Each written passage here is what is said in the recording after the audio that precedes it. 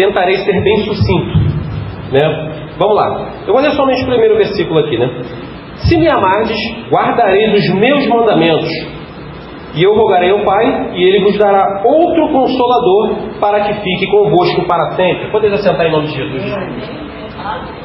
Bom, meus irmãos, como foi hoje bastante mencionado na nossa EBD, nós falamos muito a respeito das Escrituras, né? E a respeito de conhecê-las. E, consequentemente, eu gostaria de já perguntar a cada um de vocês aqui: se contesta o que Jesus disse, alguma palavra que Jesus deu para nós? Não podemos fazer isso. Cristo foi o fundador da igreja. Hoje teve uma pergunta que eu gostei muito, da pergunta que nosso irmão Gênesis, não sei. Então, que ele fez a respeito do sábado. Essa pergunta foi maravilhosa, porque muita gente acha que Jesus ele errou, né? Ele transgrediu a lei. Inclusive eu já vi gente pregando a respeito disso. Mas na verdade Cristo não errou. Ele veio trazer o verdadeiro entendimento do que era o sábado, né?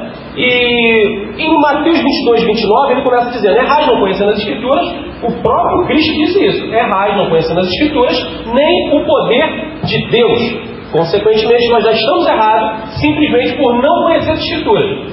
Já estamos errados. E também, ao decorrer de nossas vidas, iremos continuar errando porque não conhecemos as Escrituras. Não temos ela gravada em nosso coração. Entendeu? E hoje eu vejo muitas das pessoas com dificuldade de manusear a Bíblia. E a palavra de Deus também diz em 1 Timóteo 2,15 que procura apresentar-te a Deus como obreiro aprovado, que não tem que se envergonhar, e que maneja bem a palavra da verdade. Hoje nós vemos uma grande dificuldade do crente de manusear a Bíblia. Por quê? Estão trocando as Bíblias de papel por celulares.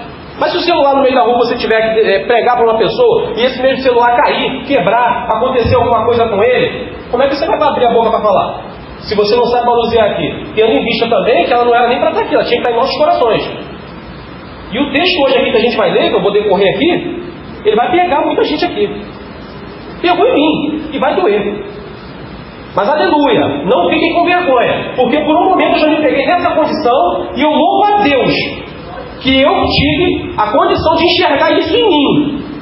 Quero aqui apontar alguém? Quero aqui julgar alguém? Não. Eu tenho que pregar a verdade, o que Deus me mandou pregar. Nenhuma palavra menos aqui, e nenhuma mais eu irei colocar. E que o Senhor tire a minha graça, a ponto de eu ficar mudo, se eu não falar o que Deus me mandou aqui falar. Então vamos decorrer aqui, ó. E se me amardes, guardarei os meus mandamentos. Se me amardes, é condicional, já começa dizendo que é condicional. Se me amardes. Esse amardes aqui vem da palavra agapau, que quer dizer receber com alegria. Muitos de nós temos recebido Cristo com alegria, porque caracteriza a gente receber com alegria é quando nós temos prazer nas Escrituras e viemos praticá-la, colocar em prática tudo aquilo que Ele mandou. Isso é receber com alegria, porque no nosso idioma é um idioma muito ruim, né? A ponto de... Por exemplo, a gente vai falar que ama, fica até meio complicado. Às vezes eu pegar assim para o meu irmão ali, Joel, falar, eu te amo. Alguém de fora pode olhar e entender errado, assim como Jonatas amou Davi, e hoje essas pessoas usam esse texto para o homossexualismo, quando na verdade não é assim. Eu posso amar meu irmão ali. Por isso, a Bíblia foi escrita no hebraico, no aramaico. Por quê? São 5 tipos de amores diferentes que tem nesse idioma, para expressar o que você quer dizer. O amor agapau, eu posso expressar para qualquer tipo de pessoa, inclusive para uma mulher sem desejá-la. Entendeu? Para a mulher, no caso eu, com a minha esposa, é o amor eros. Por quê? Eu a amo. Faz parte de mim. Então, que fique claro o que é amar aqui. Agora, guardar. A palavra guardar, eu fui bem no grego buscar essa palavra, que ela vem do grego terel, que quer dizer atender cuidadosamente, observar. Isso é guardar a palavra. Muitos hoje têm guardado a Bíblia em cima do banco do carro, lá na parte de trás do carro, guarda em cima da estante, e a maioria das Bíblias, inclusive, está até amarela na página 91, né? Do Salmo 91, melhor dizendo. Isso é uma vergonha para cada um aqui, né? Porque se o povo que se diz de Deus ama verdadeiramente, vai guardar a palavra, mas guarda onde? Davi falou, guardarei a tua palavra em meu coração para não pecar contra ti. Então a gente tem que esconder a palavra aqui. É no nosso coração. Que manuseie bem a palavra da verdade. Manusear consiste em você saber o que está escrito aqui e saber onde você vai procurar. Dependendo do livro, dá dificuldade para muitos. Eu também tenho essa dificuldade, mas eu luto contra ela. Eu também luto. Por exemplo, livro de Naum. Muitas pessoas ficam, onde que está Naum? Mas a gente tem que aprender. E o manuseio da palavra, esquecendo um pouco do celular, acontece isso. Quer dizer, a gente usa mais o celular do que a Bíblia. Isso atrapalha muito o nosso entendimento. Então aqui, ficou claro o que é amar e o que é guardar. Os meus mandamentos. O que é o mandamento de Cristo? O que é o mandamento do nosso Deus? É toda a Escritura. Se não me falha a memória, em 1 João 3,16, diz toda a Escritura divinamente inspirada e proveitosa. Primeiro, para ensinar. Então a palavra é para ensinar. A gente deveria ter guardado mais tempo para isso. Justamente para ensinar. Então a palavra é para ensinar. Depois para redarguir. Aí tem gente que diz que a gente não pode julgar. O que é redarguir, gente? Redarguir é recriminar. Instruir em justiça. Ou seja, eu recrimino, amo você, e por amar eu vou falar para você o que eu tenho que falar, né? Te recriminando o seu pecado, não você, e estender a mão. Isso é redarguir. Mas a gente fala que não pode julgar. Aí eu não posso julgar, eu vejo meu irmão em pecado, permaneço assim porque eu não posso julgar, porque eu vou ter falta de amor por não falar o que ele está fazendo de errado. Aí, consequentemente, ele vai baixar o inferno porque ele não fez o certo, e eu também. Por quê? Vi ele fazendo e não fui falar com ele. E a Bíblia manda eu fazer isso. É obrigação de cada um. Ezequiel 3, a partir do versículo 18, fala que é para a gente pregar. Ali, 18 e 20, fala para a gente pregar para crentes e para não crentes. Quando vires um justo caminhando no seu caminho de justiça, e eu colocar uma pedra de tropeço, e quem está falando é o Senhor, que vai colocar pedra de tropeço, e ele morrer, e você não avisando, cobrarei de ti esse sangue. Então, se eu ficar calado por um justo, por um ímpio, eu vou ser cobrado disso. Por um ímpio. Aí vem um outro versículo. Semelhantemente, olha só, então tudo que se aplica ao ímpio, para eu avisar, também se aplica ao crente, vendo justo. Tá? No início eu comecei com o justo também, né? Mas é ímpio, meus irmãos, me perdoe a troca, é a idade. E o sol quente também. Então vejamos, ele manda eu avisar o ímpio e depois ele bota semelhantemente. Então esse semelhantemente ele liga tudo que foi feito com o ímpio também com o crente, o servo de Deus. Colocando eu uma pedra de tropeço, o Senhor vai colocar a pedra de tropeço também no caminho do crente. Não vem com essa que não vai colocar não, porque está dizendo, está escrito lá. Vocês podem ler, anotem e leiam em casa. Entendeu? Não vou abrir todos os versículos por causa do tempo. Entendeu? E ele manda eu pregar também para o crente.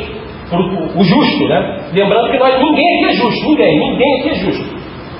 Nós somos justificados pelo sangue de Cristo, que nos justifica. Ninguém aqui é justo. Né? Tanto que ele fala também em Isaías que a nossa maior justiça para ele é como trapo de imundícia. O que é um trapo de imundícia? Acabou de usar, não serve para nada, a não ser para ir para o lixo. Então, não tem essa não. A gente tem que pregar para ímpio e para crente. Davi, por um momento, Natan teve que pregar para ele. Não foi? E ele estava cego, a ponto de ele falar o quê? Digno de morte é esse homem, porque ele fez uma parábola e Davi caiu nisso e julgou até de morte o cara.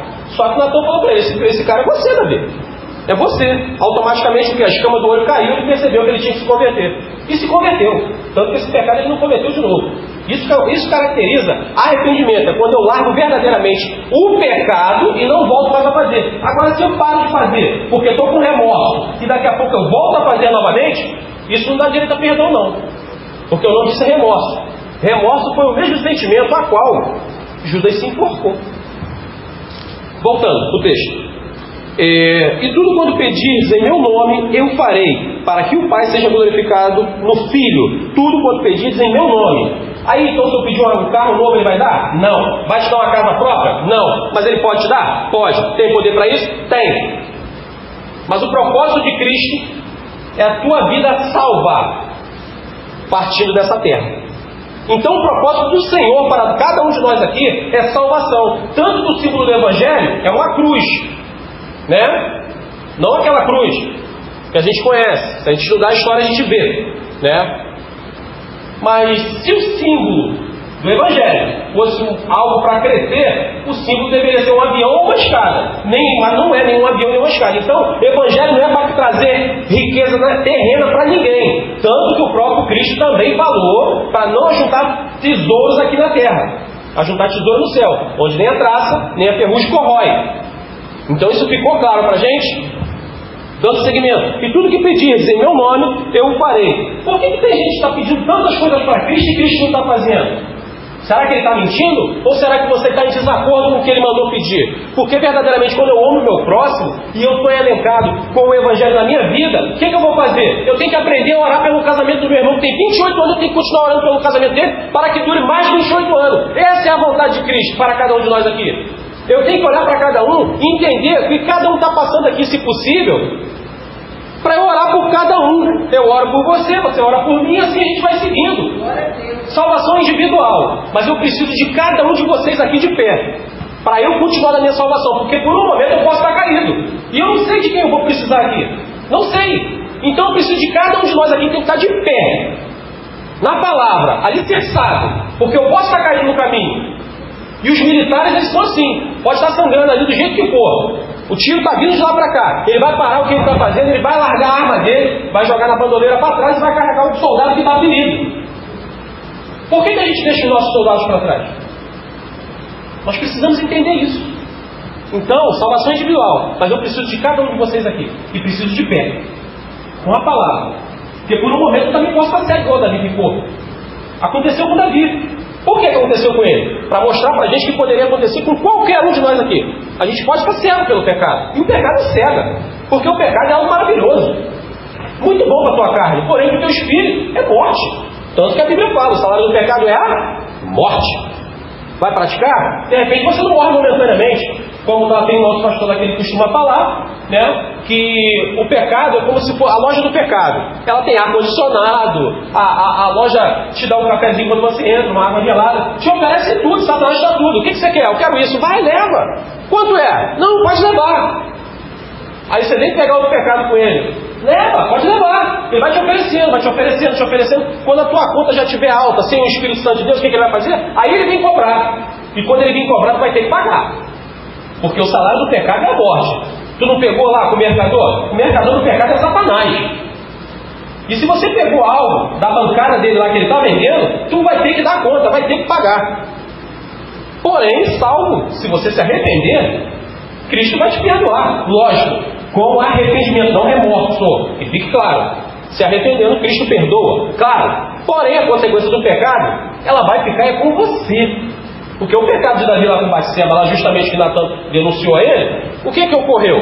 A morte nunca mais se apartou da casa de Davi, por conta do pecado. Mas ele foi perdoado, não foi? Mas o filho tentou matar ele, perseguiu um filho, estuprou a outra filha dele. Olha só, a morte de Davi, ele foi um gênio militar, foi um servo de Deus, um homem segundo o coração de Deus, mas a Bíblia, ela não deixa você fazer um clubinho, um fã-clube divino de ninguém. Porque Davi não soube ser pai. Por isso, não sabendo ser pai, ele viu a morte entrar por todos os lados no lar dele. Tudo quanto foi lá da morte entrou. Mas ele foi um gênio militar, mas não soube ser pai. Mas era um homem segundo o coração de Deus. Então isso o quê? Mostra pra gente que Davi, apesar de ser um homem segundo o coração de Deus, tanto que ele é o único da Bíblia que tem um título antes do nome dele, Rei Davi. A gente vê isso em Mateus 1. Então Davi foi um gênio militar, um homem segundo o coração de Deus, mas não soube ser pai. Por quê? Ele pecou, ele errou. E todos os outros da Bíblia erraram também. E nós também estamos fadados a errar. Mas nós temos que aprender a consertar os nossos erros, assim como Davi fez na vida dele. Pai, pequei contra ti. Não bota a culpa em ninguém não, meus irmãos. Se hoje você não está lendo a Bíblia, não coloca a culpa, foi porque o Miquel me atrapalhou. Não, o Miquel tem nada a ver com isso. Não dá para você ler agora no Miquel que por acaso veio ler? Não deu para eu ler? Acorde cedo. Não deu para você acordar cedo? Durma tarde. Mas o que a gente não pode é deixar de dormir sem ler a Bíblia. Contextos, tá? Não só versículos. Para que a sua casa não fique baseada em cima da areia. Areia são fragmentos de rocha. Rocha é toda a Escritura, não só versículos. Tem crente hoje baseado em versículos. Crente caixinha de promessa. Que eu prefiro chamar de caixinha de preguiça. Vai ler a Bíblia, vai se converter. Esquece esse negócio. Vidas baseadas em areia. Vidas baseadas em areia, crente caixinha de promessa, que vive de versículos. E como eu já disse, eu pegando versículos aqui fora de contexto, eu posso induzir cada um de vocês aqui a se matar. Usando o versículo lá de Judas. Ele se matou. Eu posso fazer isso. Estou certo? Não. Não estou, mas dá para fazer. Por isso você tem que conhecer o contexto. Por isso você tem que conhecer as Escrituras. Porque se eu estiver falando besteira aqui, eu posso mandar a vida de cada um de vocês para o inferno, consequentemente por isso. Por isso tem que conhecer. Voltando para o texto. 17. E o Espírito da verdade, que o mundo não pode receber, porque não o vê, nem o conhece. Mas vós o conheceis, porque habita convosco e estará em vós.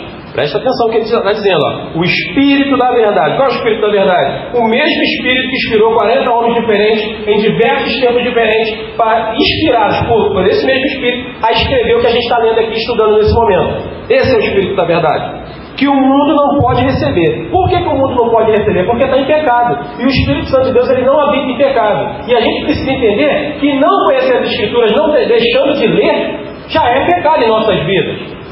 Orar é pecado. 1 Tessalonicenses 5,17, orar sem cessar. Não está orando sem cessar? Está em pecado. A gente precisa entender isso, meus irmãos. Temos que tirar isso da nossa vida.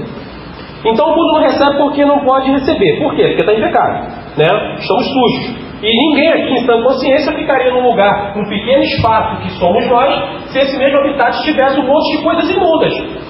Carniça, uma coisa que fede. Quem vai ficar dentro de um lugar desse? Ninguém vai ficar. Então por que o Espírito Santo vai habitar em você estando em pecado? Não vai habitar. E lembrando que para Deus não existe pecadinho nem pecadão. Tem tudo o mesmo peso. O salário do pecado é a morte. Não é o salário do pecadinho nem do pecadão. O salário do pecado. Deixou de ler? Está em pecado.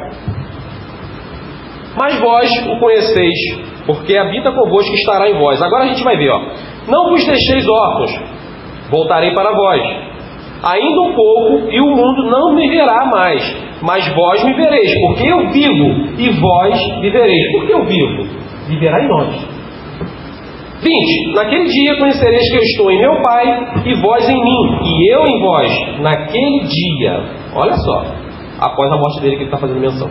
21. Aquele que tem os meus mandamentos, ó, agora que a gente vai começar a doer em nós aqui. Aquele que tem os meus mandamentos e os guarda, este é o que me ama. Se a gente não tem o mandamento, não estamos guardando, verdadeiramente estamos amando esse Deus que nós devemos amar? O seu mandamento não está em nós não conhecemos ele. Se nós não conhecemos, nós não amamos. Caracteriza amor a Deus, que adorando o Espírito em verdade. O que é Espírito em verdade? Adorando através da palavra. Olha como é que isso é dolorido, gente. Aquele que tem meus mandamentos e os guarda, este é o que me ama. Aquele que me ama será amado de meu Pai, e eu o amarei e me manifestarei a ele. Se a gente não está elencado totalmente ali, ligado com as Escrituras, o Senhor não vai se manifestar a nós. Não vai. Não sou eu que estou dizendo, foi o Jesus, ó. Eu só estou lendo. Esse texto aqui, ele auto se prega, não precisava nem estar explicando. Bastava a gente ler. E vai piorar. 22. Disse-lhe Judas, não Iscariote: Senhor, de onde vem que te há de manifestar a nós e não ao mundo? E Jesus respondeu e disse, olha quem foi que respondeu. Jesus respondeu e disse-lhe, versículo 23. Esse é o pior de todos. Se alguém me ama, guardará a minha palavra, e meu Pai o amará. Mas ele só vai, está vendo que amará aqui? Então a lei condicional está temporal, está mais para frente. Ele só vai te amar quando você passar a guardar. Se não guardar, ele não vai te amar. Eu velo sobre a minha palavra para a cumprir. Então Deus ali não tem responsabilidade com nenhum de nós aqui. Ele tem responsabilidade com as Escrituras dele. Está vivendo as Escrituras? O poder do Evangelho vai ser patente na sua vida. Deixou de viver as Escrituras? O poder do Evangelho também vai ser patente na sua vida. Só que vai ser condenatório.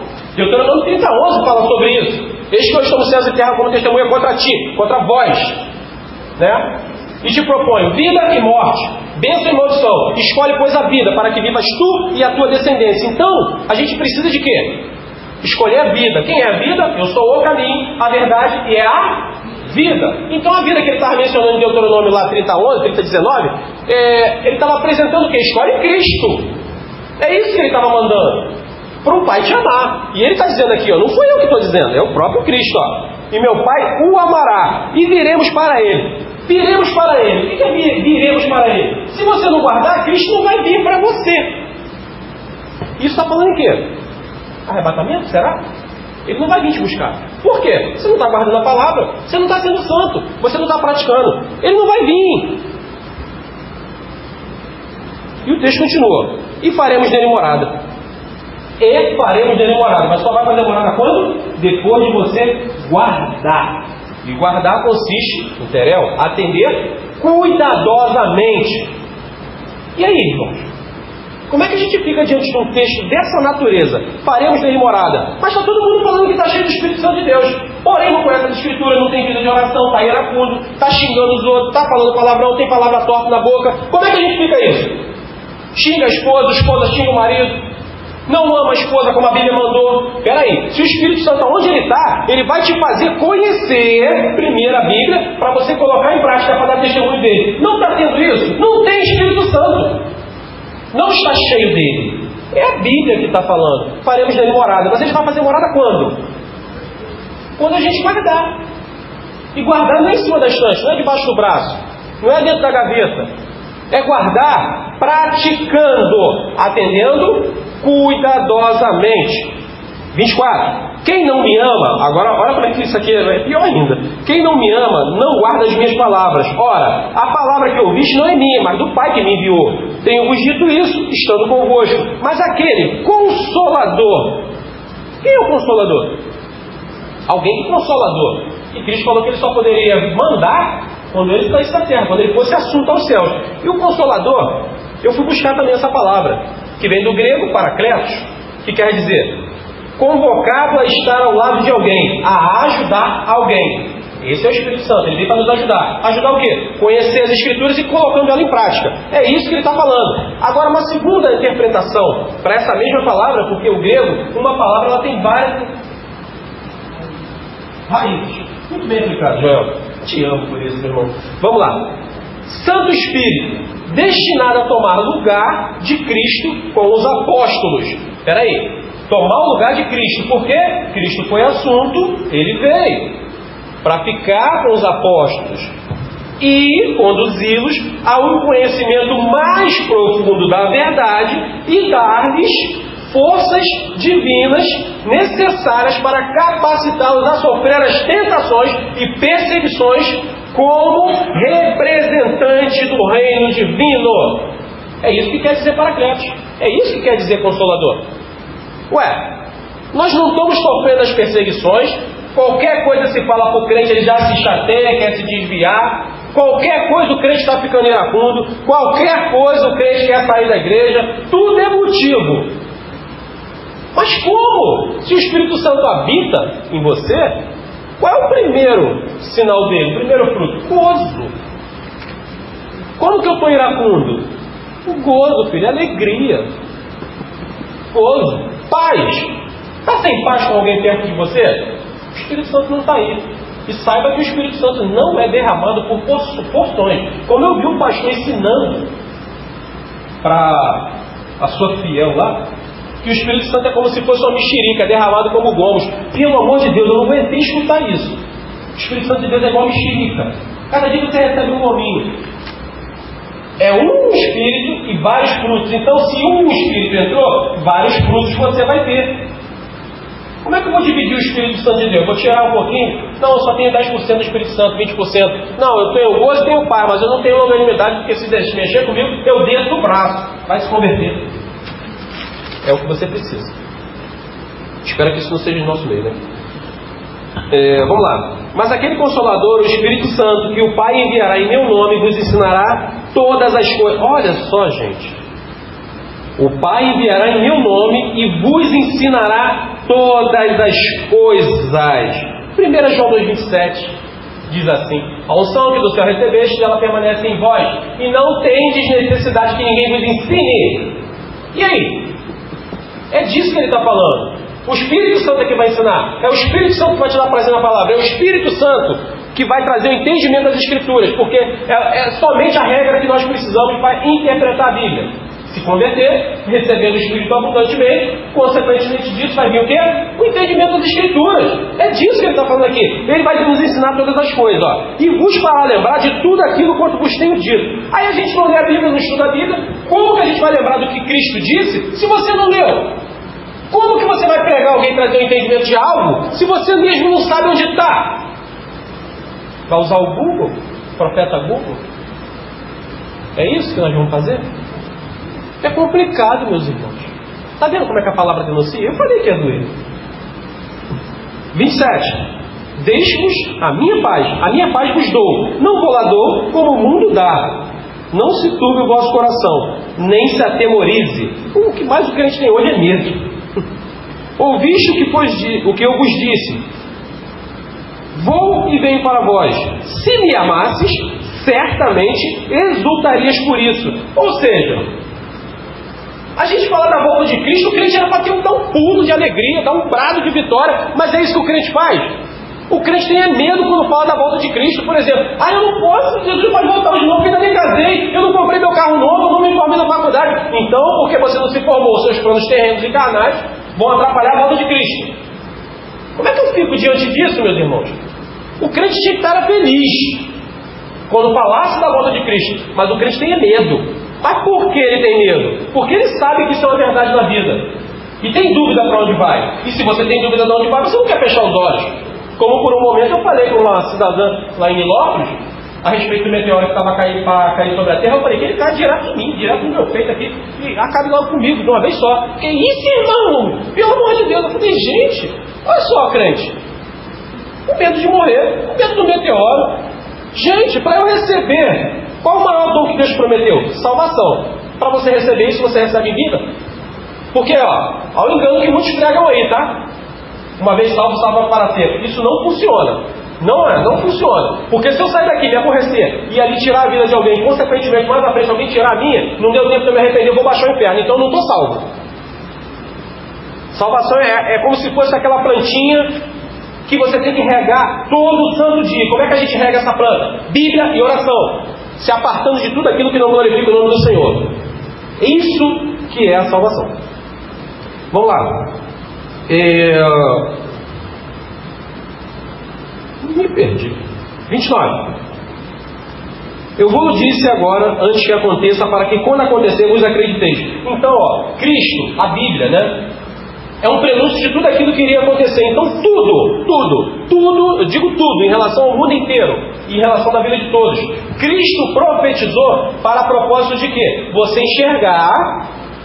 Já está relatado lá. Então Cristo já viu isso. É isso que ele está falando aqui. Ele já avisou antes. Para quê? Porque se você prestar atenção, é loucura. Mas ele mostrou quem ele era. Tanto que está profetizado aqui, essas simples placas que estão sendo trocadas aí, nós sabemos que é o padrão Mercosul, nada mais é do que a nova ordem mundial chegando aqui. Nós sabemos disso.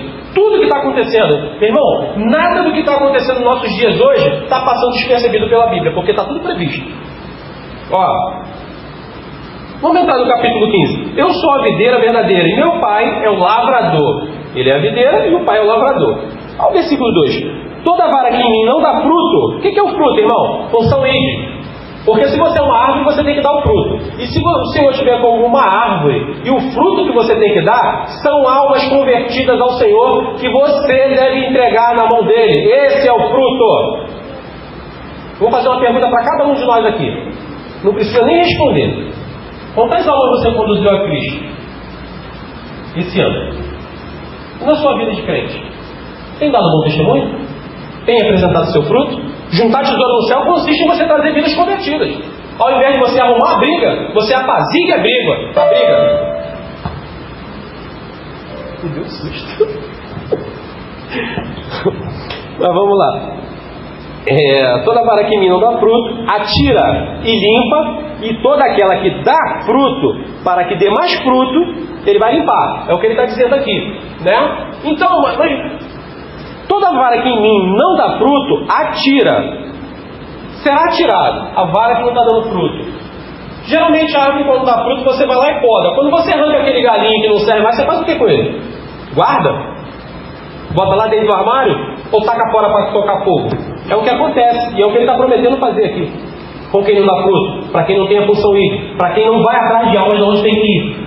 É isso que ele está falando. E limpar toda aquela que dá fruto para que dê mais fruto. Ou seja, então as provações que nós passaremos nos aproximará ainda mais do nosso Deus. Como lá atrás da perseguição, o Evangelho se propagou justamente por conta da perseguição. Porque por onde o povo ia passando, sendo perseguido, eles iam pregando o Evangelho. Então, a perseguição foi algo maravilhoso na vida da igreja. E até porque, quanto mais você precisa, mais você pede. E se você é totalmente carente de Deus, você tem que buscar no pé dele.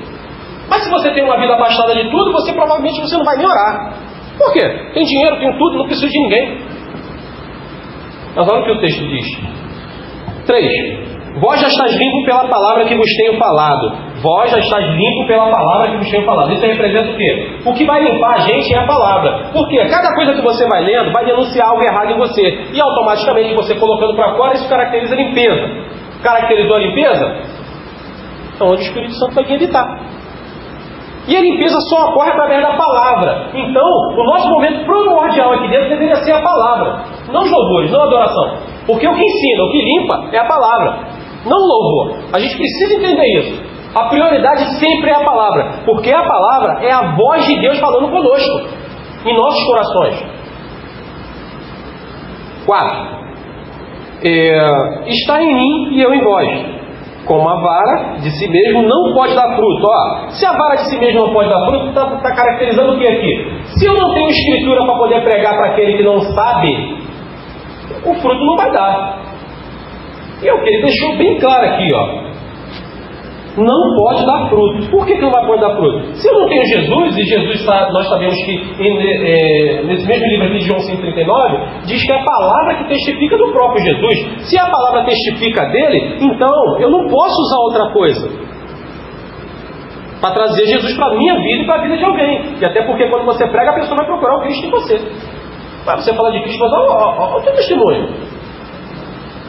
Testemunho você sempre vai ter. Alguém vai olhar para você, não, quero ser como o Miquel, porque lá, o irmão lá, tranquilo, um homem de Deus, eu quero ser igual ele. Ou vão olhar para você também, igual o Miquel, eu não sei igual ele, tá maluco. Aquele cara ele é iracundo, ele é problemático, ele pega com os outros no paga. Então, de um jeito ou de outro você vai ser testemunho. De um jeito ou de outro a palavra vai ser bênção ou maldição na tua vida. Você escolhe. Deus ainda te dá esse direito. Você escolher. Quer ser bênção ou quer ser maldição? Quer vida ou quer morte? Você escolhe. Vamos lá. Se não estiver na videira, assim também vós, se não estiveres em mim. Então não vai dar fruto se não estiver em Cristo. E para estar em Cristo consiste em estar obedecendo as Escrituras. Eu sou a videira e vós as varas. Quem está em mim e eu nele, este dá muito fruto. Lembra da pergunta que eu fiz? Quantas aulas você conduziu esse ano? Para Cristo. Não para dentro da igreja. Para Cristo, para a presença de Deus. Quantas aulas você conduziu?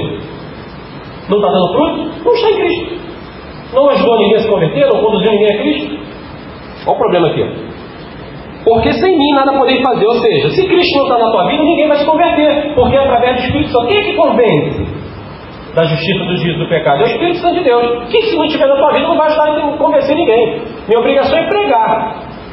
Eu tenho que pregar. Mas quem vai regar é o Espírito Santo de Deus. Eu lanço a semente. Quem rega é Ele. Então eu prego e quem convence? Não sou eu. Minha obrigação é pregar. Convencer você não é minha obrigação. Minha obrigação é falar. E depois ele vem fazendo o trabalho dele, que é convencer você. Claro, eu prego, se possível, você já vai ter a oportunidade de pregar para alguém, ore por ele. Já vá orando antes de você chegar até essa pessoa, teu vizinho da frente, dos fundos, de lá, de cá, não interessa quem é. Já ore antes de ir a ele, se possível. Né? Mas se não puder, depois que você pregou, ore por ele. É isso que nós precisamos entender. Se alguém não estiver em mim, será lançado fora, como a vara, e secará. E os colhem e lançam no fogo e ardem. Esse arder está falando de inferno, tá? Não vou nem entrar muito nesse quesito. 7. Se vós estiverdes em mim, e as minhas palavras estiverdes em vós, pedireis tudo o que quiserdes, e vos será feito. Se vós estiverdes em mim, né? Está todo mundo em Cristo aqui, não está? Mas e Cristo está em vocês? Cristo está em nós verdadeiramente? Porque não sou eu que estou falando, Por que nós estamos pedindo tudo e nada está sendo feito? A palavra não mente. Eu não creio que ela vai mentir. Porém, eu creio que o erro está em nós. E se a gente está pedindo e não tem ninguém se convertendo através da nossa oração, que eu estou orando por alguém e ninguém se converteu, provavelmente Cristo não está em mim. Isso ainda é maravilhoso, sabe por quê? É um sinal que ele ainda está te dando para você enxergar, que dá tempo de consertar. Está vivo? Não blasfemou contra o Espírito Santo de Deus? Dá tempo de consertar, meus irmãos. A gente não tem que ter vergonha disso, não. Vergonha é você morrer e baixar o inferno. E vai ser muito doloroso. Acho que a maior dor do inferno vai ser que alguém pregou para você e você não se converteu. Eu não abandonei, gente, estava tudo perto de mim. E mesmo assim eu não fiz. Eu acho que a maior dor do inferno vai ser essa. E isso vai ficar ano e ano, eternamente, passando por isso. Mas você foi avisado. Por isso o Evangelho do Reino tem que ser pregado em testemunho para todos. Por que em testemunho? Porque naquele grande dia você não vai poder contar para ele não. Senhor, ninguém me avisou, ninguém me ensinou, ninguém me mostrou, ninguém falou do teu amor para mim. Opa, ninguém? Então vem cá. Apocalipse fala do livro das obras. Ô Ciclano, vem cá, olha aqui, ó. Abre o livro dele aí. Vai, tipo um telão, olha lá. Dia tal, olha lá, tá vendo? Aquele rapaz lá, ó. Meu servo, tá? Fulano, tava pregando para você? Eu que mandei ele lá. Você está esperando Cristo, estava pensando que eu ia na terra falar com você? Aquele rapaz era meu servo. Tá vendo aqui nesse lugar, nesse louvor, você ouviu, tocou teu coração? Era eu. E você negou. Você está vendo aqui, quando tinha um outro lá no púlpito falando para você voltar para as Escrituras, e mesmo assim você não voltou? Era meu servo falando. Minha boca falando através da boca dele. A gente precisa compreender isso. 8. Nisto é glorificado meu Pai, que deis muito fruto, e assim sereis meus discípulos. Ou seja, para a gente ser discípulo de Cristo, nós temos que dar muito fruto. Não sou eu que estou falando. Que deis muito fruto. Aí sim eu sou caracterizado como discípulo de Cristo. Não estamos dando fruto? Não somos discípulos. Discípulo consiste em fazer tudo aquilo que ele ensinou, colocando em prática. Como o Pai me amou, também eu vos amei, e vós permanecereis no meu amor. Se guardar, olha como é que é condicional. Se guardardes os meus mandamentos, permanecereis no meu amor. Do mesmo modo que eu tenho guardado os mandamentos de meu Pai e permaneço no seu amor. Foi o outro versículo que a gente deu lá atrás, né? Ele só vai te amar quando você guardar. Não está guardando? Não é amado de pai, de papai. Tanto que por isso que os falsos profetas aí, as pessoas têm medo de falarem deles. E eles fazem o que querem, pregam heresias, mandam vidas direto para o inferno e ninguém pode falar. Porque não toqueis no ungido. Ungido é alguém separado, amado. Está desobediente? Não é ungido de Deus. Falso profeta, filho do diabo. 11. Tenho-vos dito isso para que em minha alegria permaneça em vós e a vossa alegria seja completa. Bom, aqui, meus irmãos, para encerrar, já são 8h05, eu ainda precisava de mais ou menos uns meia hora, 40 minutos para acabar de falar desse texto, que é muita coisa, que ia denunciar muita coisa em nós, mas somente o que vai ser dito aqui já dá para resumir. Vocês querem abrir comigo 1 João 2,4? 1 João 2, lá no finalzinho da Bíblia, voltando de trás para frente, fica até mais fácil. Apocalipse, Judas, fica mais fácil você fazer de trás para frente. 1 João 2, versículo. Vamos ler o 3. E depois disso, não vai ter como deixar de passar um próximo. É João 44. Mas vamos lá. 1 João 2, no versículo 3, diz assim: sabemos que conhecemos, e nisso sabemos que o conhecemos, se guardarmos os seus mandamentos. Olha como é que está condicionando novamente. Você só vai conhecer ele se você guardar o mandamento, se você praticar. Não está praticando, você não conhece ele. E olha, agora a palavra vai machucar ainda mais. Aquele que diz, eu conheço, e não guarda os seus mandamentos, é mentiroso, e nele não está a verdade. Está vendo que ele trata de mentiroso? Quem não guarda o mandamento, quem não conhece as Escrituras? Está todo mundo dizendo que conhece a Cristo. Chega para o feiticeiro, conhece que conheço. Chega para o assassino, conhece a conheço. Mas ele trata aqui de mentiroso. Então não está guardando, não conhece a Escritura. Então, se você não guarda, se você não conhece, você não pode guardar. E guardar consiste em praticar. Então, se você não guarda, você já é mentiroso. Em Apocalipse 22, 15...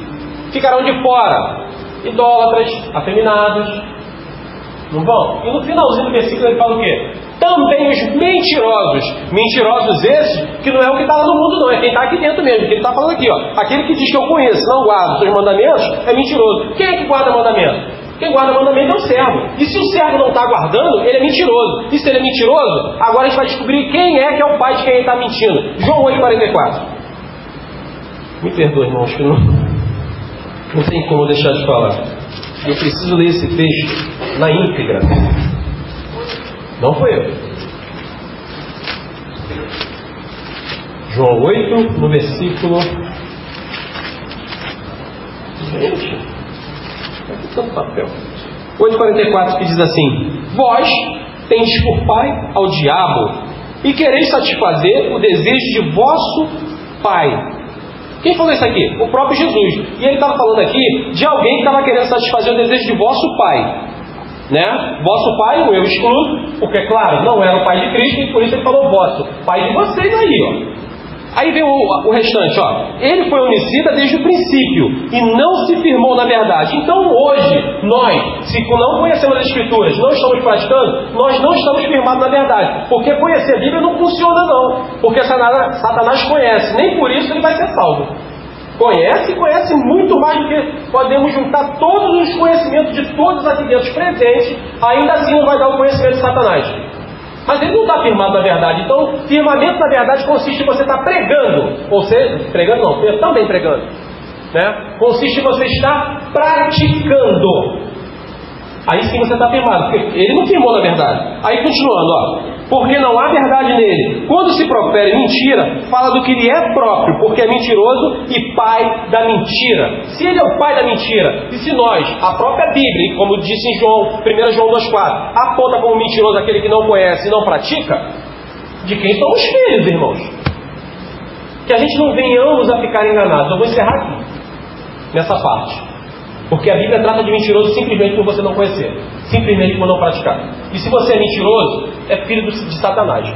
E que isso venha cair por terra, em nome de Jesus. Porque é bem complicado isso, meus irmãos. Por um momento eu vivi assim.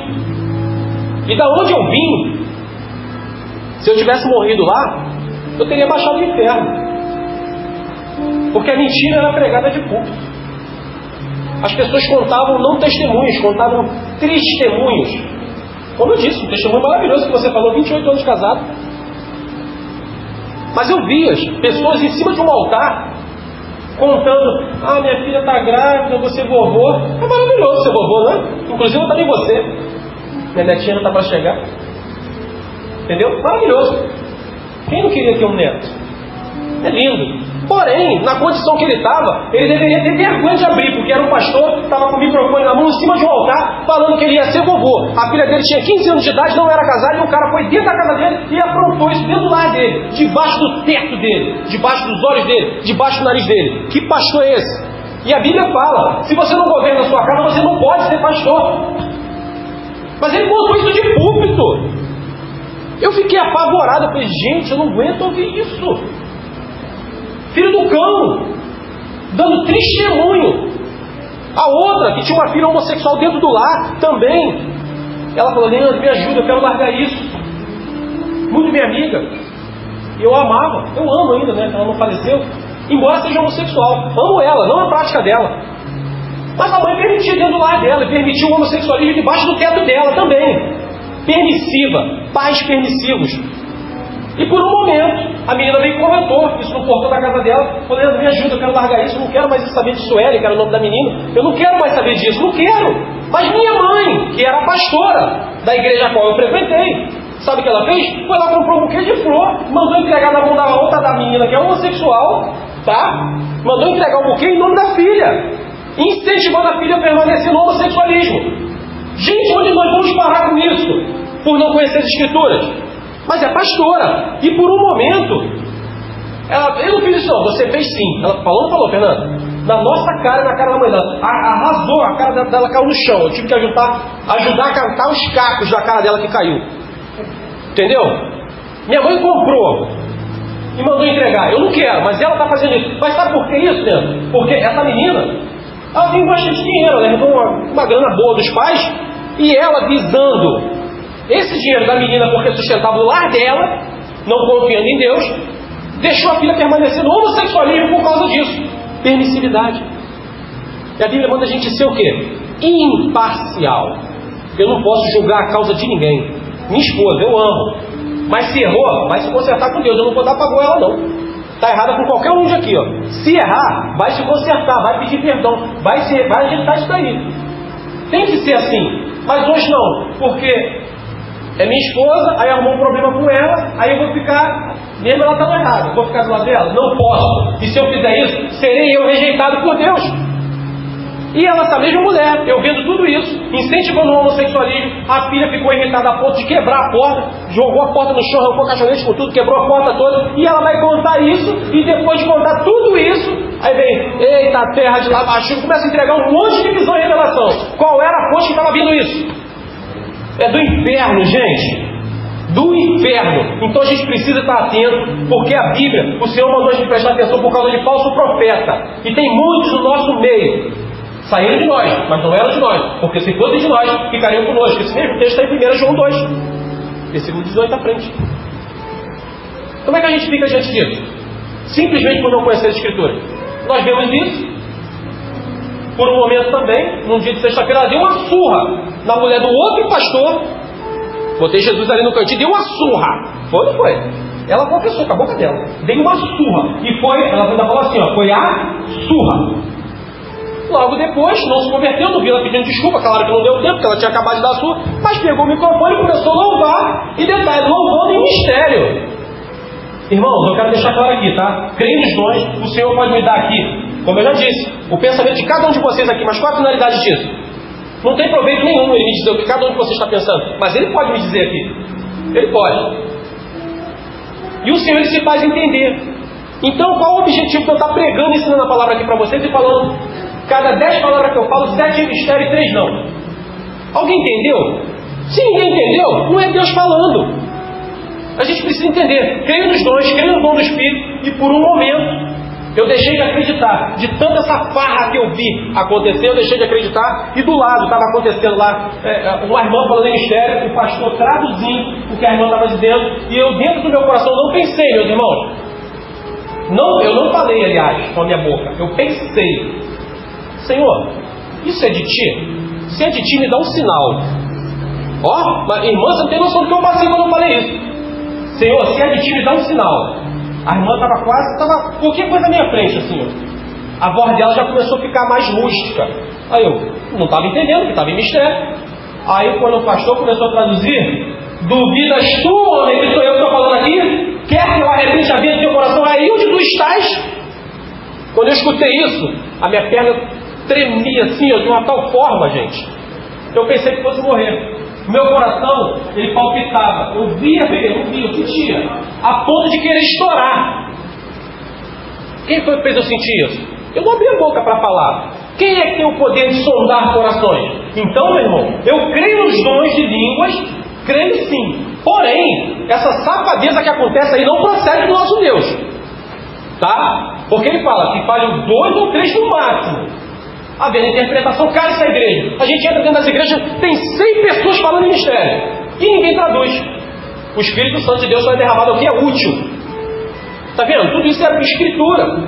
E por um momento eu fui acusado de porque eu estava lendo demais, apagou o fogo em mim. E a escritura não apaga o fogo de ninguém. A escritura apaga o falso fogo. Fogo estranho, que está no meio da igreja. E o povo não consegue discernir. Quarta-feira eu falei sobre isso. Mateus 4. Satanás estava pregando a palavra para o próprio Jesus. Claro que fora de contexto. Atira-te daqui. Você vai dar ordem a teu respeito. Ele vai dar. Se a gente cair ali, se a gente cair lá embaixo e se quebrar, provavelmente não vai morrer. Se morrer, vai estar agora. Se não morrer, claro, vai ter um livramento. Né? Mas, se você se atirar, aí é outra coisa. Caracteriza suicídio. O anjo não vai se segurar. Satanás pregou a palavra para Jesus. E nesse texto de Mateus 4, nós vemos ali ele pregando a palavra todo o tempo para Cristo e Cristo rebatendo com a palavra. Ali a gente vê Jesus e Satanás. Se a gente deixar esses dois nomes, você vai falar que quem está certo? Jesus, quem está errado? Satanás, ele está sempre errado. Porém, se a gente trocar o nome, botar ali nessa discussão, Leandro e Joel, quem está pregando a palavra? Quem está falando a verdade? Quem está falando fora de contexto? Quem está falando usando contexto? Se a gente trocar os nomes. Isso a gente só consegue compreender com a Bíblia. Sem Bíblia, sem Jesus. Sem Jesus, sem Espírito Santo. Sem Espírito Santo, fechando os olhos e baixaremos no inferno. Amém, meus irmãos? Que o Senhor nos abençoe.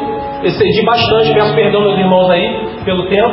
Mas ainda não acabou não, tá? Ainda dá para falar mais uns 40 minutos aqui, porque Temos mais 2 textos, mas ficará para uma outra oportunidade. Que o Senhor nos abençoe e essa palavra venha não somente ficar em nossos ouvidos, que chegue aos nossos corações, para que verdadeiramente a gente põe em prática, para nós sermos verdadeiras moradas, templo do Espírito Santo do nosso Deus. Amém?